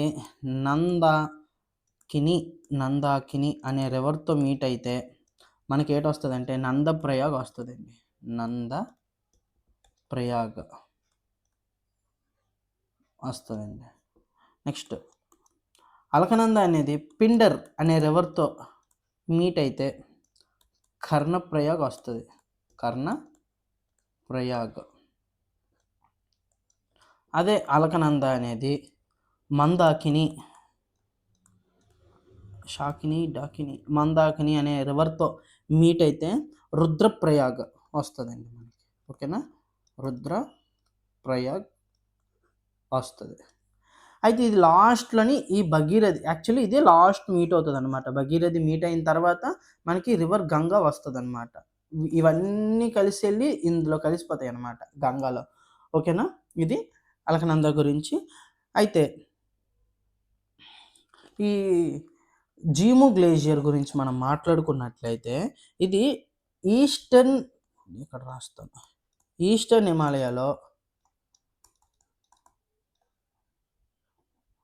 హిమాలయాస్లో ఇదే లార్జెస్ట్ గ్లేషియర్ అండి. జీము గ్లేషియర్ అనేది ఈస్టర్న్ హిమాలయాస్లోని లార్జెస్ట్ గ్లేషియర్. అయితే ఇది ఎక్కడ ఉందంటే సిక్కింలో ఉంది. ఓకేనా. సిక్కింలో ఉంది. ఇది ఈ జీము రివర్ అనేది టీస్టా రివర్కి రిసోర్స్ అండి. టీస్టా రివర్ సోర్స్ ఏంటని చెప్తే అడిగితే మనకి జీము గ్లేషియర్ అని చెప్పేసి మనం చెప్పాలి. ఓకేనా. అయితే ఈ మిలం గ్లేషియర్ గురించి మనం మాట్లాడుకుంటే అది కుమియోన్ హిమాలయస్లోని ఉంటుంది అనమాట. ఓకేనా. ఈ కుమియోన్ హిమాలయాస్ ఎక్కడ ఉంది అంటే ఉత్తరాఖండ్లో ఉందండి. ఉత్తరాఖండ్లోని ఈ కుమియోన్ హిమాలయాస్ అనేవి ఉన్నాయన్నమాట. అయితే ఈ మిలం గ్లేషియర్ అనేది దేనికి సోర్స్ అంటే గోరీ గంగా రివర్ అని ఒకటి ఉంటుంది. గోరీ గంగా రివర్ అనేది మిలం గ్లేషియర్ నుండి గోరీ గంగర్ రివర్ అనేది ఫార్మ్ అవుతుంది అనమాట. ఓకేనా. అయితే ఈ గంగోత్రి గ్లేషియర్ అని చెప్పేసి ఇది భగీరథి రివర్కి సోర్స్ అండి. ఓకేనా. భగీరథి రివర్ ఎక్కడ నుండి ఫామ్ అవుతుంది అంటే గంగోత్రి గ్లేషియర్ నుండి ఫామ్ అవుతుంది. ఓకేనా. ఇది next question. Which fundamental right was subjected to additional restrictions by the First Amendment Act 1951? ఈ ఫండమెంటల్ రైట్స్లో ఏ fundamental right first amendment act ప్రకారం అడిషనల్ రిస్ట్రిక్షన్ అయ్యింది అని చెప్తే ఆన్సర్ వచ్చేసరికి right to freedom of speech and expression అండి. ఓకేనా. Right to freedom of speech and expression అనేది మనకి రిస్ట్రిక్ట్ అయ్యింది. ఓకేనా. అయితే ఈ రైట్ టు కాన్స్టిట్యూషనల్ రెమెడీస్ ఇది ఏ ఆర్టికల్ అంటే ఆర్టికల్ 32. ఓకేనా. ఆర్టికల్ 32 అనేది రైట్ టు కాన్స్టిట్యూషనల్ రెమెడీస్ గురించి చెప్తుంది. Right to freedom of religion అనేది ఆర్టికల్ 25 to 28 చెప్తుంది. ఓకేనా. ఇది వచ్చేసరికి 19(1) సబ్ క్లాజ్ ఏ ఇది right to freedom of speech and expressions గురించి చెప్తుంది. నెక్స్ట్ రైట్ టు ఈక్వాలిటీ అనేది ఆర్టికల్ 14 to 18 చెప్తుందండి. ఓకేనా. అసలు ఈ ఫండమెంటల్ రైట్స్ అనేది ఎక్కడ ఉంటుందంటే పార్ట్ 3లో ఉంటుందండి. కాన్స్టిట్యూషన్లో పార్ట్ 3 అనేది ఫండమెంటల్ రైట్స్ అనమాట. టోటల్ ఆర్టికల్ 12 to 35 ఈ ఫండమెంటల్ రైట్స్ గురించే మాట్లాడుకుంటాం. ఓకేనా.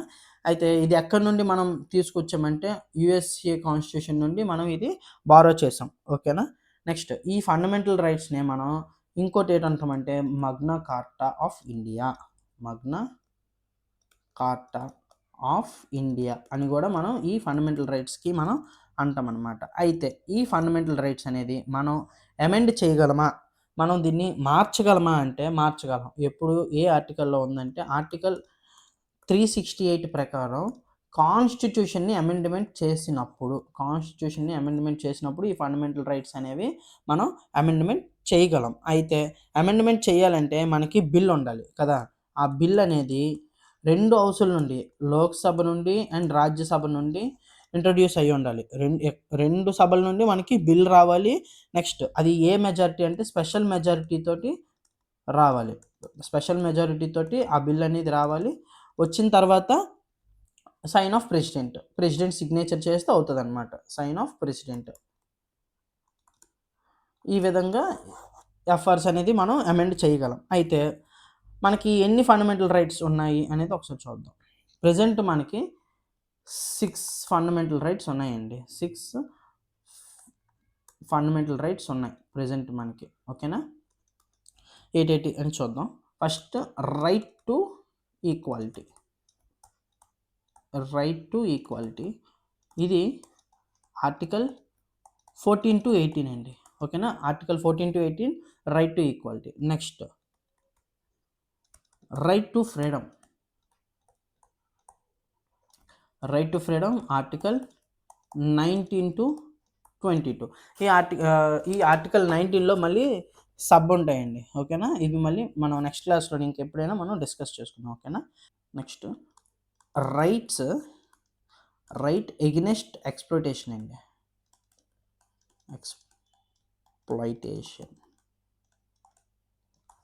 ఆర్టికల్ 23 and 24 ఈ 2 ఆర్టికల్స్ వీటి గురించి చెప్తుంది. Next right to freedom of religion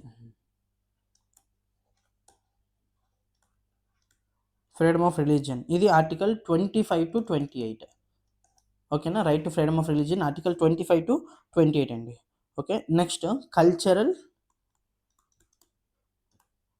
and educational rights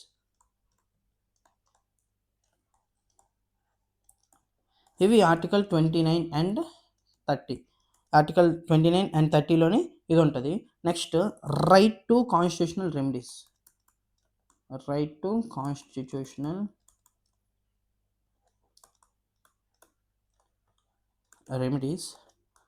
article 32 అండి. ఈ ఆర్టికల్ 32 బిఆర్ అంబేద్కర్ గారు ఏమంటారంటే heart and soul of constitution అని ఆర్టికల్ అంటారు, అని పేరు ఇచ్చారనమాట. బిఆర్ అంబేద్కర్ గారు. ఓకేనా. అయితే ఇక్కడ మీరు చూసుకుంటే ఆర్టికల్ 29 ఉంది, 30 ఉంది, 32 ఉంది, 31 లేదు. యాక్చువల్గా మనం చూసుకుంటే మనకి జనరల్గా 7 ఫండమెంటల్ రైట్స్ అండి. ఆ 7th వన్ ఏంటంటే right to property. Right to property ఇదే ఆర్టికల్ 31. ఇది ఫండమెంటల్ రైట్స్ నుండి రిమూవ్ చేసి లీగల్ రైట్గా మారిస్తారండి. లీగల్ రైట్గా ప్రజెంట్ ఇది ఇప్పుడు ఎక్కడ ఉందంటే ఆర్టికల్ 300A ఉంటుంది. ఓకేనా. ఆర్టికల్ 300A పార్ట్ 12లో. అయితే ఇది ఎలాగ రిమూవ్ చేశారంటే removed by 44th constitutional amendment act 1978 ప్రకారం ఈ రైట్ టు ప్రాపర్టీని రిమూవ్ చేస్తారనమాట. ఓకేనా. ఇదనమాట. ఇంకా మనం చూసుకుంటే రైట్ టు ప్రాపర్టీ అనేది ఆర్టికల్ 19(1)(F)లో కూడా చూస్తాం అనమాట. 19(1)(F)లో రైట్ టు ప్రాపర్టీ గురించి మాట్లాడతాం. ఆర్టికల్ 31 కూడా మనం రైట్ టు ప్రాపర్టీ గురించే మాట్లాడతాం. ఓకేనా. Next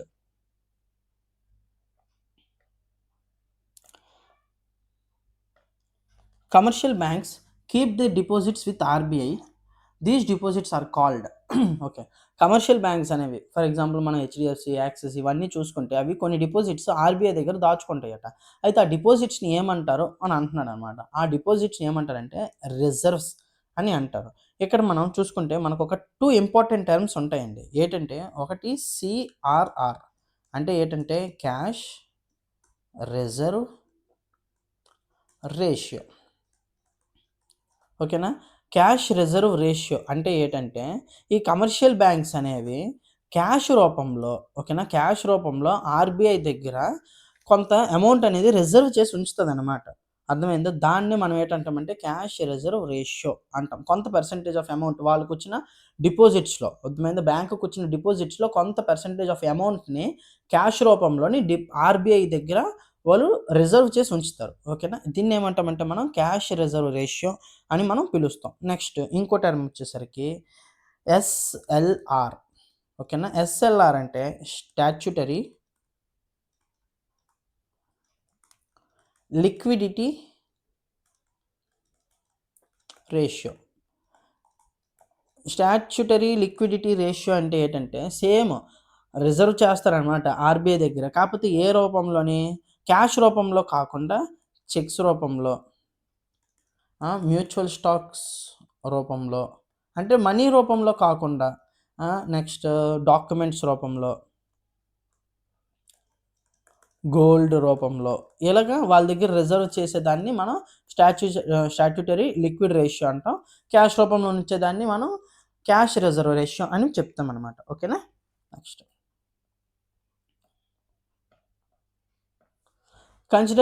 consider the following statements about the event 1857. Revolt of 1857 గురించి క్వశ్చన్.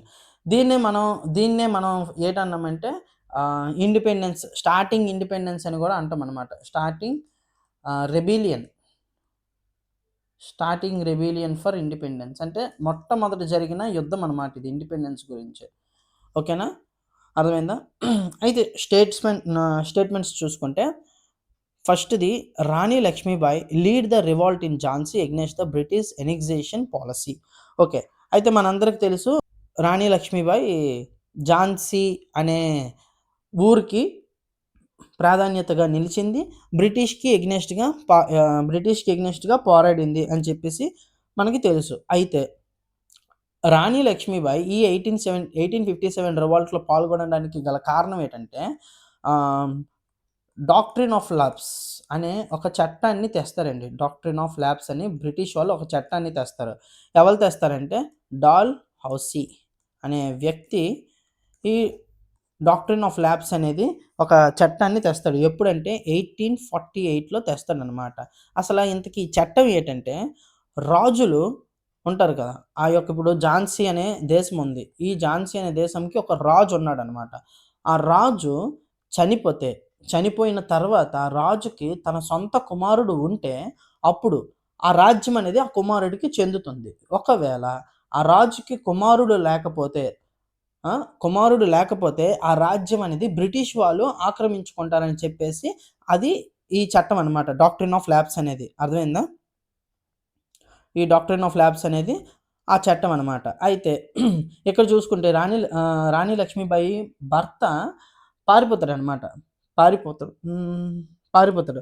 పారిపోయిన తర్వాత అయితే జనరల్‌గా ఏటి జరుగుతది? అది రాణి లక్ష్మీబాయికి కుమారుడు ఉంటే, ఆ కుమారుడికి వెళ్తది. రాజ్యం అనేది. కానీ ఇక్కడ ఏటి జరుగుతదంటే రాణి లక్ష్మీబాయికి కుమారుడు ఉండడు. దత్తపుత్రుడు ఉంటాడు. అంటే అడాప్టెడ్ సన్ ఉంటాడనమాట. వాళ్ళకి వెళ్ళదనమాట. సో, నా రాజ్యాన్ని బ్రిటిష్ వాళ్ళకి వెళ్ళడానికి వీల్లేదు అని చెప్పేసి రాణి లక్ష్మీబాయి వాళ్ళతోటి యుద్ధం చేస్తది. అర్థమైందా? ఇది అసల కథనమాట.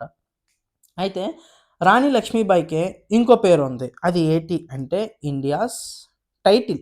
రాణి లక్ష్మీబాయికి టైటిల్ ఏంటంటే ఇండియాస్ జోన్ ఆఫ్ ఆర్క్ అనమాట. ఓకేనా? ఇది రాణి లక్ష్మీబాయి యొక్క title. So, first statement correct అండి. Next Begum Hazrat Mahal actively supported the rebellion in Lucknow. ఈ బేగం హజ్రత్ మహల్ ఎవరు అంటే ఈవిడ వైఫ్ ఆఫ్ వజీద్ ఆలీషా అనమాట. ఓకేనా? వజీద్ ఆలీషా. ఈ వజీద్ ఆలీషా ఎవరంటే నవాబ్ ఆఫ్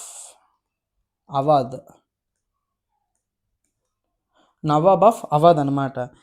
ఈవిడ కూడాను ఈ బేగం హజ్రత్ మహల్ ఈవిడ కూడాను మంచి రోల్ ప్లే చేస్తది. ఈవిడ లక్నోకే లీడర్‌షిప్ చేస్తదనమాట. అయితే ఈవిడ ఏటి చేస్తదంటే తన కొడుకుని రాజుగా ప్రకటిస్తదనమాట. తన కొడుకు ఎవరంటే బిర్జిస్ కొడ్ర్. ఈ వ్యక్తిని ఆ రాజ్యానికి ఈ లక్నో ప్లేస్‌కి రాజుగా నియమిస్తదనమాట.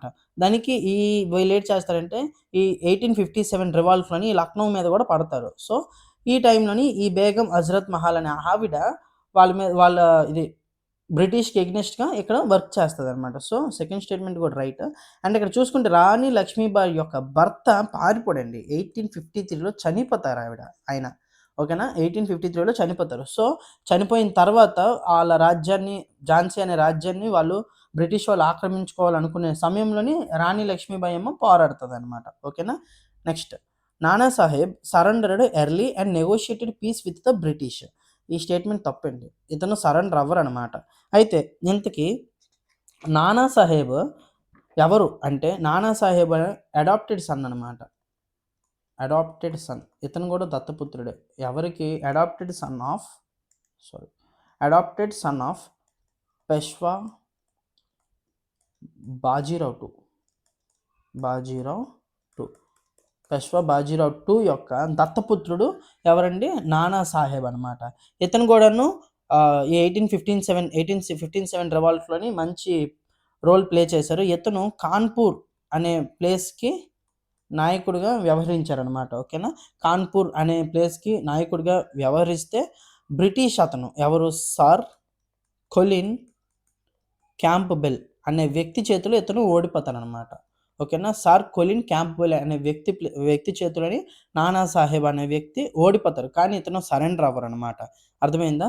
అండ్ నెక్స్ట్ ఇలాగే చూసుకుంటే మనం ఝాన్సీ అనే ప్లేస్‌కి రాణి లక్ష్మీబాయి ఎలాగైతే లీడర్‌గా వ్యవహరించిందో, లక్నో ప్లేస్‌కి బేగం హజ్రత్ మహల్ అనే వ్యక్తి ఎలాగైతే లీడర్‌గా వ్యవహరించారో, అదేవిధంగా కాన్పూర్‌కి కూడా నానా సాహెబ్ అనే వ్యక్తి లీడర్‌గా వ్యవహరించారు. అలాగే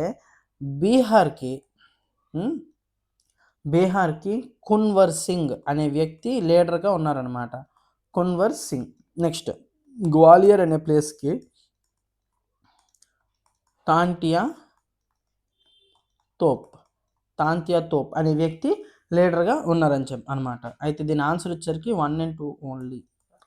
okay. Next which of the following has been identified as the biodiversity హాట్స్పాట్గా ఏవి అని చెప్పేసి అంటున్నాడు. అయితే బయోడైవర్సిటీ హాట్స్పాట్గా మనకి 4 ఉన్నాయండి. ఏంటంటే ఈ హిమాలయాస్ కూడా ఈస్టర్న్ హిమాలయాస్ అనమాట. ఓకేనా? Eastern Himalayas. Next Western Ghats. ఓకేనా, Western Ghats. Indo Burma region including North East states అండి, including North East states, Assam తప్పించి. అస్సాము లేదనమాట. ఓకేనా. నెక్స్ట్ వచ్చేసరికి సుందా ల్యాండ్ అని చెప్పేసి ఒకటి ఉంటుందండి, సుందా ల్యాండ్. ఇది ఎక్కడంటే నికోబార్ దగ్గర ఉంటుంది, ఇంక్లూడింగ్ ఇందులోనే నికోబార్ ఐలాండ్ కూడా వస్తుంది అనమాట. ఓకేనా. ఇవి మనకున్న 4 బయోడైవర్సిటీ హాట్స్పాట్స్ అనమాట. ఇందులో మనకుంది ఏంటంటే వెస్టర్న్ ఘాట్స్. ఓకేనా. ఈ సుందర్బన్స్ గురించి మనం చూసుకుంటే తెలుసు, లార్జెస్ట్ మ్యాంగ్రోవ్ ఫారెస్ట్, అంతేనా, లార్జెస్ట్ మ్యాంగ్రోవ్ ఫారెస్ట్. ఈ మానస్ ఏంటంటే ఫేమస్ నేషనల్ పార్క్ అండి, ఫేమస్ నేషనల్ పార్క్. ఇది ఎక్కడ ఫేమస్ నేషనల్ పార్క్ అంటే అస్సాంలో. ఓకేనా. అస్సాంలోని ఫేమస్ నేషనల్ పార్క్ అండ్ యునెస్కోకి సంబంధించింది, యునెస్కో చేత రికగ్నైజ్ చేయబడింది ఈ మానస్ అనేది. అండ్ ఇక్కడ ఫేమస్ టైగర్ ఏంటంటే royal Bengal tiger, royal Bengal tiger ఇక్కడ ఉంటుంది అనమాట. ఓకేనా. నెక్స్ట్ చెరపుంజి అనేది ఒక ప్లేస్ అనమాట. ఎక్కడంటే మేఘాలయలోని చెరపుంజి అనేది ఒక ప్లేస్.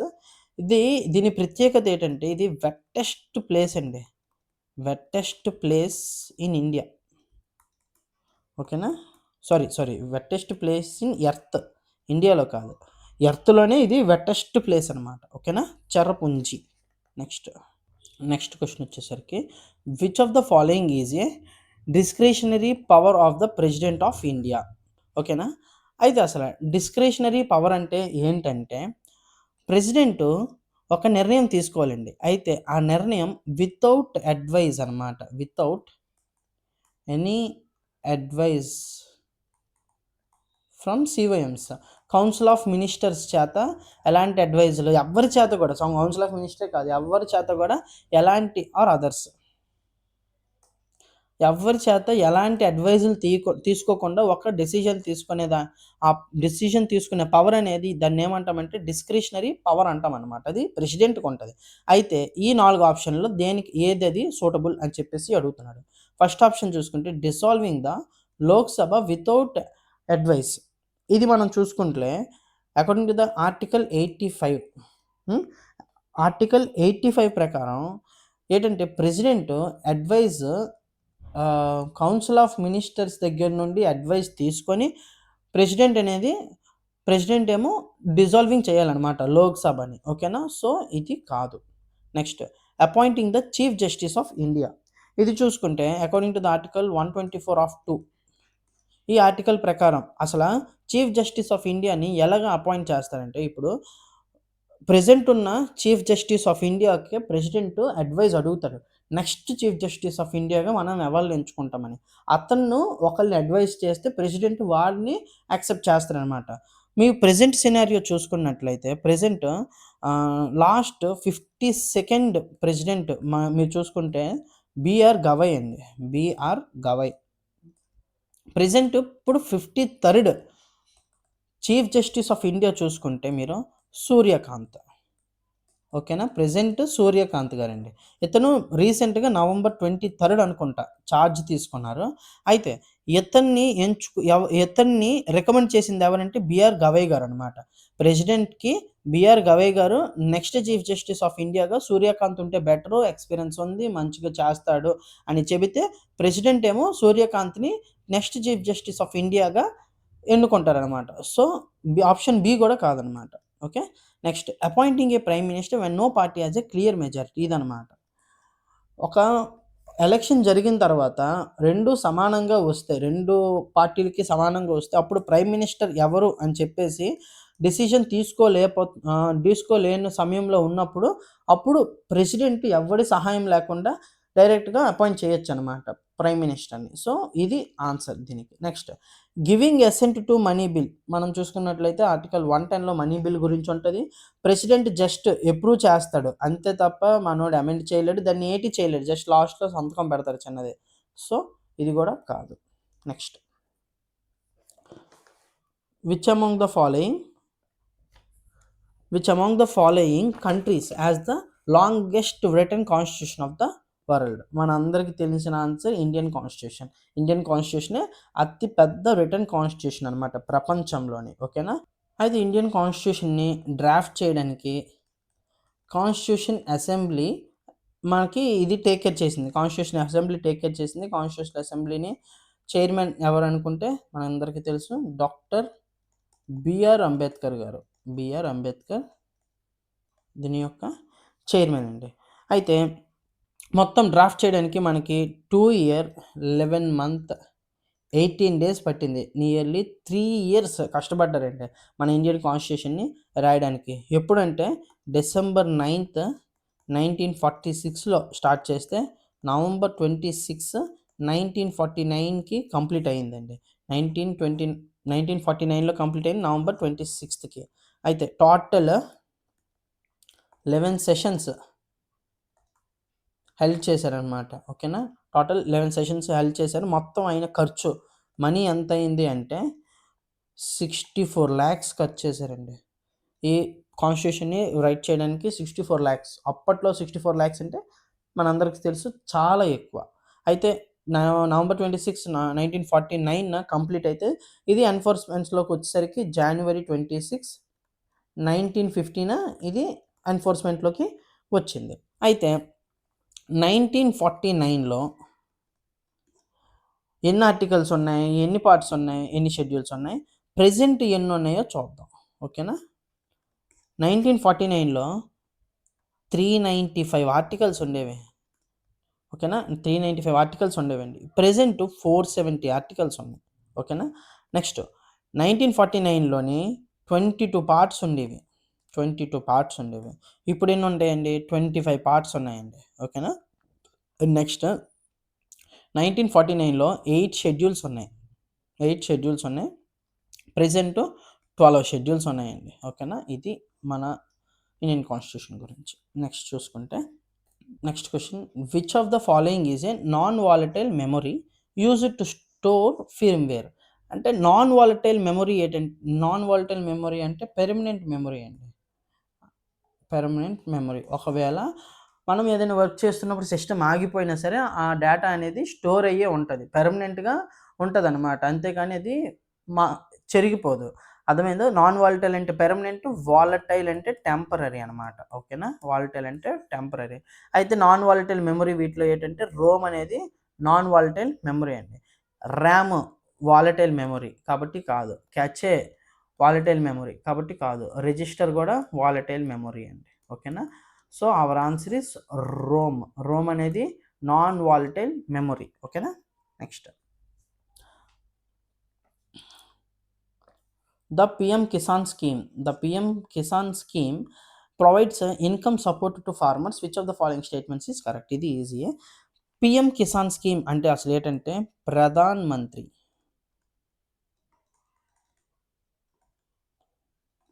మంత్రి కిసాన్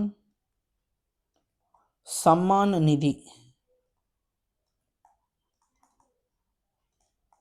ఇది పిఎం కిసాన్ అంటే అసలు మీనింగ్ అనమాట.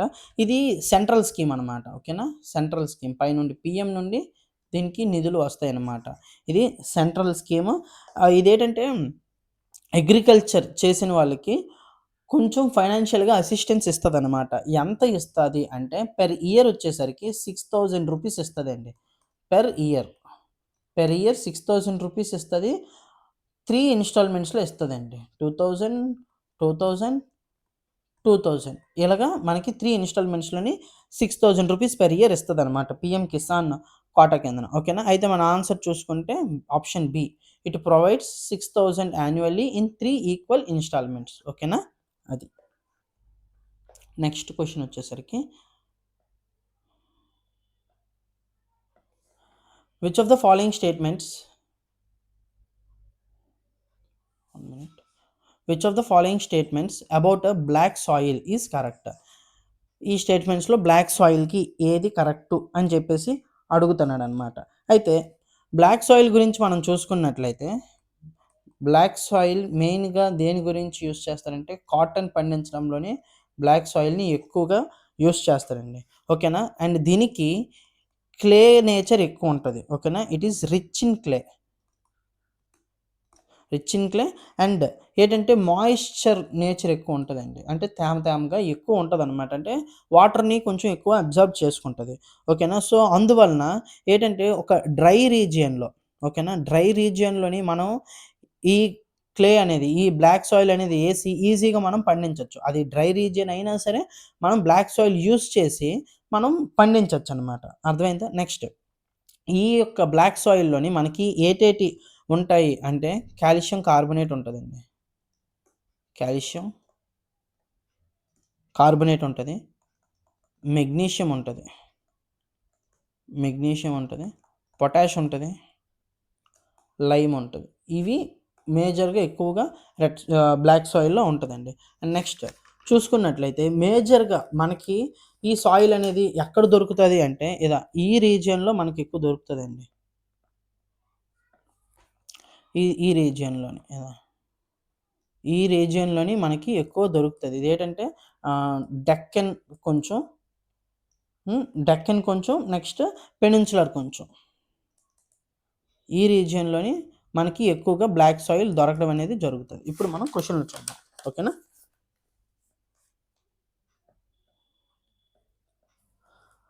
It is rich in clay content and retains moisture. సరిపోయింది కదండి. ఇది క్లే కంటెంట్ ఎక్కువ ఉంటుంది, మాయిశ్చర్ కూడాను ఇది ఎక్కువగా ఉంటుంది. Next it is ideal for cotton cultivation. ఎక్కువగా మనం కాటన్కి యూస్ చేస్తామని చెప్పేసి, కాటన్ కల్టివేట్ చేయడానికి యూస్ చేస్తామని చెప్పేసి మనం మాట్లాడుకున్నాం.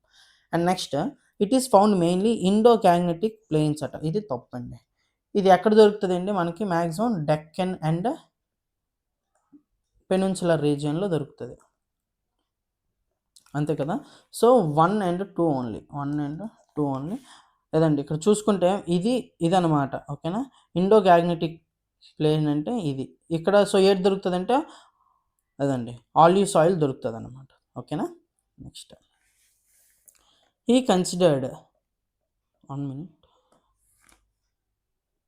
Consider the following related to lord డాల్హౌసీ.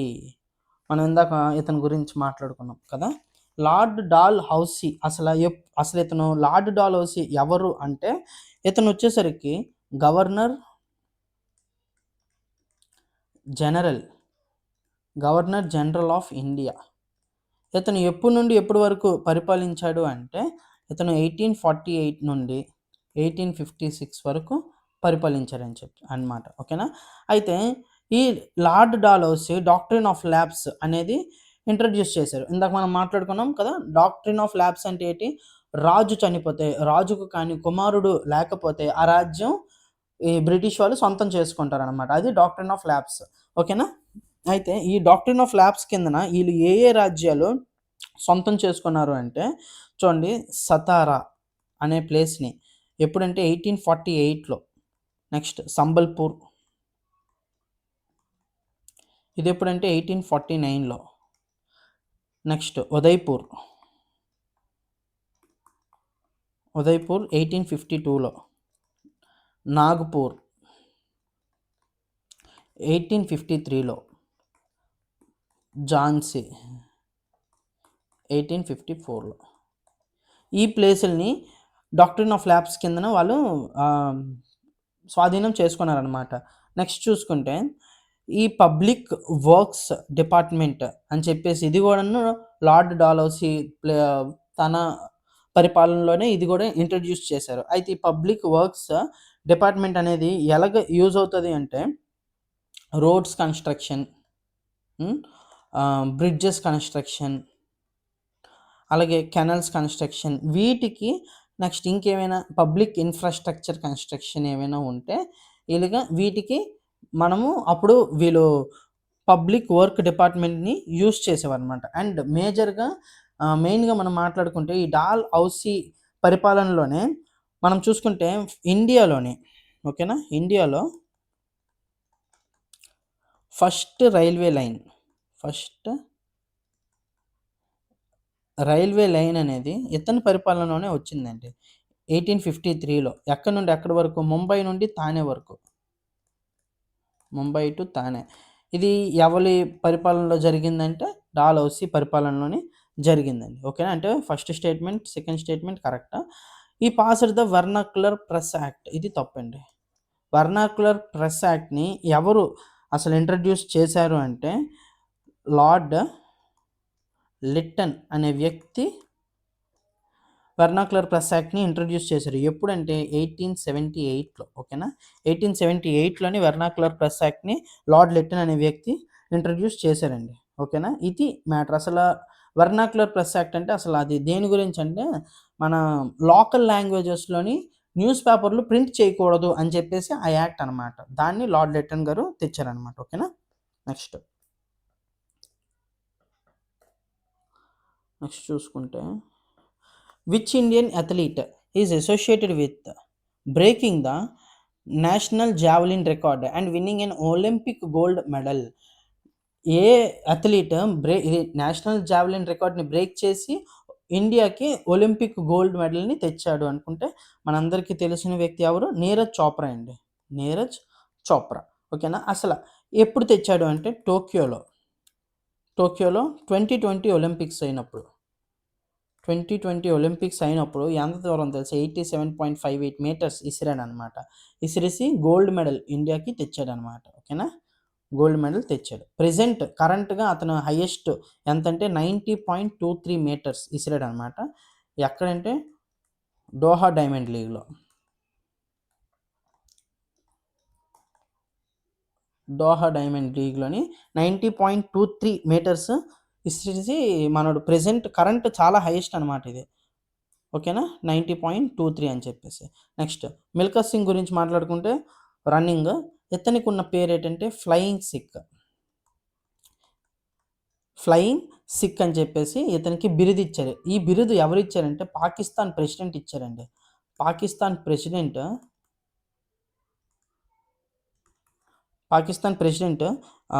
Ayub Khan అనే వ్యక్తి మనోడికి ఫ్లయింగ్ సిక్ అనే బిరుదు ఇస్తారని అనమాట. ఎక్కడంటే లాహోర్లోని రన్నింగ్ రేస్ జరిగితే పాకిస్తాన్ వాడిని మనం ఓడించి మిల్కా సింగ్కి అప్పుడు పాకిస్తాన్ ప్రెసిడెంట్ ఫ్లయింగ్ సిక్ అని బిరుదు ఇచ్చి నెక్స్ట్ ఏంటంటే ఒక స్టేట్మెంట్ అంటాడు. ఏంటంటే నువ్వు పెరగట్లేదు, నువ్వు ఎగిరేవు అసలు పాకిస్తాన్లోనే అని చెప్పేసి. మీరు ఈ క్వశ్చన్ గురించి చూసుకుంటే మనకి లాస్ట్ లెసన్లో ఉంటుంది అనమాట. మా లాస్ట్ ఒక వీడియో ఉంటుంది మన ఛానల్లో చూసుకుంటే జిఎస్కి సంబంధించిన పీవైక్యూస్ అని చెప్పేసి ఒక వీడియో ఉంటుంది.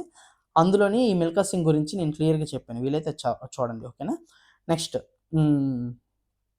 ఈ అభినవ్ బింద్రా గురించి మనం మాట్లాడుకున్నట్లయితే అసలు ఇతను Abhinav Bindra first Indian gold medallist అండి. First Indian gold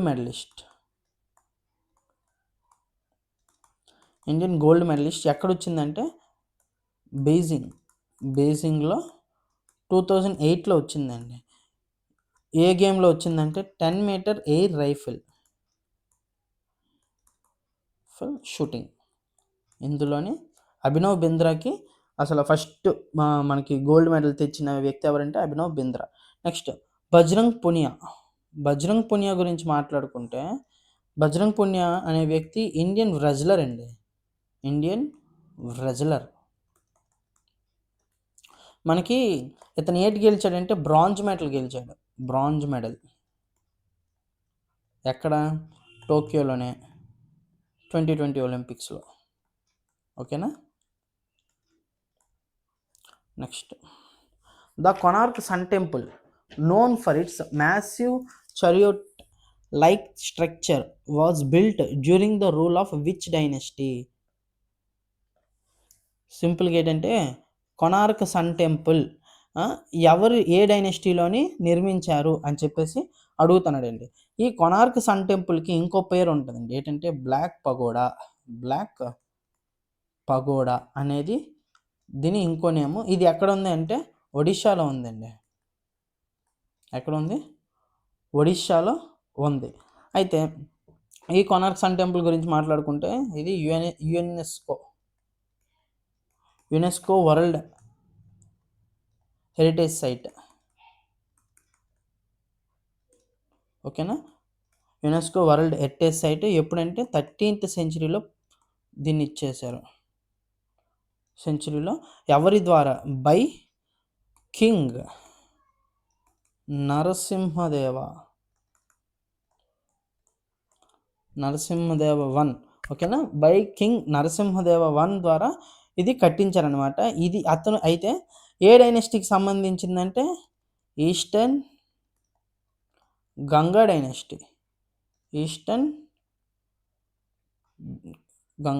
dynasty. Answer వచ్చేసరికి గంగా డైనెస్టీ.